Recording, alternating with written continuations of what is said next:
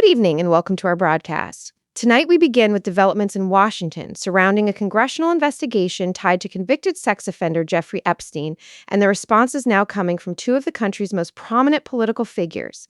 Former President Bill Clinton and former Secretary of State Hillary Clinton have indicated that they are prepared to testify before the Republican-led House Oversight Committee, though negotiations over the exact terms of that testimony remain unresolved. The exchange has unfolded through a series of letters, public statements, and procedural moves on Capitol Hill, highlighting an ongoing dispute between the committee's leadership and attorneys representing the Clintons over subpoenas, depositions, and allegations of contempt of Congress. According to the report, the Clintons agreed on Monday that they would appear before the House Oversight Committee as part of its investigation into Epstein. That willingness was communicated after Representative James Comer, the Republican chair of the committee, had been pressing forward with potential contempt charges, arguing that the former president and former Secretary of State had defied congressional subpoenas. Attorneys for the Clintons contacted Oversight Committee staff by email, signaling that their clients would accept Comer's demands and would appear for depositions on what they described as mutually agreeable dates. The message suggested a readiness to move ahead with testimony, though the timing and format were still under discussion. Despite that outreach, Representative Comer rejected a specific proposal from the Clintons' legal team. That proposal would have involved Bill Clinton participating in a 4-hour transcribed interview focused on what were described as matters related to the investigations and prosecutions of Jeffrey Epstein. It also included an offer for Hillary Clinton to submit a sworn declaration instead of appearing for a deposition. Comer responded publicly, posting on the social media platform X that he viewed the Clintons as being in contempt of Congress. In his message, he wrote that their attorney's latest letter made clear, in his words, that they still expected special treatment because of their last name, adding that the Clintons did not get to dictate the terms of lawful subpoenas and that he had rejected their latest offer. That public statement prompted an immediate reply from Angel Ureña, a spokesperson for Bill Clinton. Ureña pushed back against Comer's characterization, responding to the House Oversight Committee's letter and disputing the claim that the Clintons were seeking special treatment. Ureña said that they had negotiated in good faith and accused the committee of failing to do so in return. He added that the former president and former Secretary of State had already told the committee under oath what they know, but that, according to him, the committee did not care. Ureña also stated that both Bill and Hillary Clinton would appear, and that they looked forward to setting what he described as a precedent that would apply to everyone. The dispute comes after a longer back and forth over subpoenas issued months earlier. The Clintons received subpoenas for their testimony in August. In January, however, they declined to testify, submitting an 8-page legal letter instead. That letter argued that the subpoenas themselves and any subsequent attempt to enforce them were nothing more than a ploy to attempt to embarrass political rivals, which the letter said President Donald Trump had directed.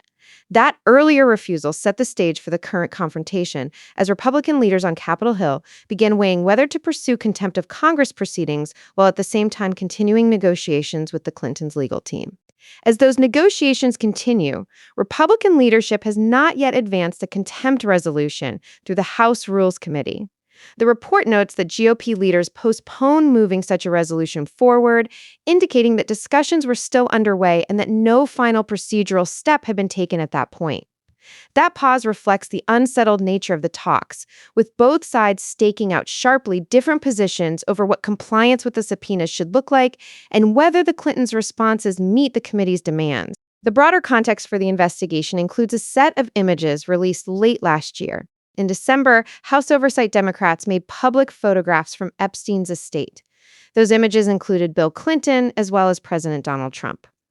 Also pictured were Microsoft co-founder Bill Gates, political strategist Steve Bannon, and British investor Richard Branson.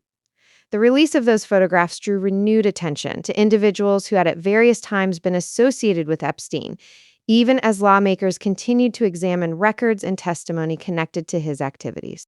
Within that renewed scrutiny, the photographs of Bill Clinton in particular revived discussion of the personal scandals that marked his presidency and ultimately led to his impeachment while he was in office.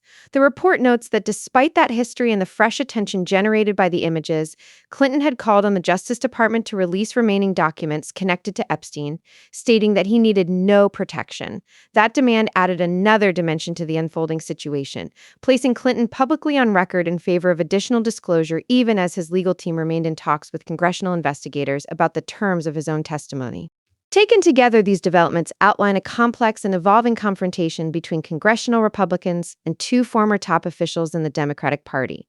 On one side, the House Oversight Committee's chair is pressing for full compliance with subpoenas and rejecting proposals he says fall short of that standard. On the other, the Clintons and their representatives maintain that they have acted in good faith, dispute accusations of seeking special treatment, and insist that they will appear before the committee under conditions they consider appropriate. The standoff is unfolding against the backdrop of a high-profile investigation, the release of sensitive images, and internal deliberations within House leadership over whether to escalate the matter through formal contempt proceedings. As this story continues to develop, the focus now turns to how negotiations between the committee and the Clintons' attorneys will proceed, and whether a final agreement can be reached on the format and timing of testimony. In part 2, we will take a closer look at the sequence of correspondence between both sides, the specific objections raised by lawmakers and legal counsel, and how those exchanges fit into the broader oversight inquiry now underway on Capitol Hill.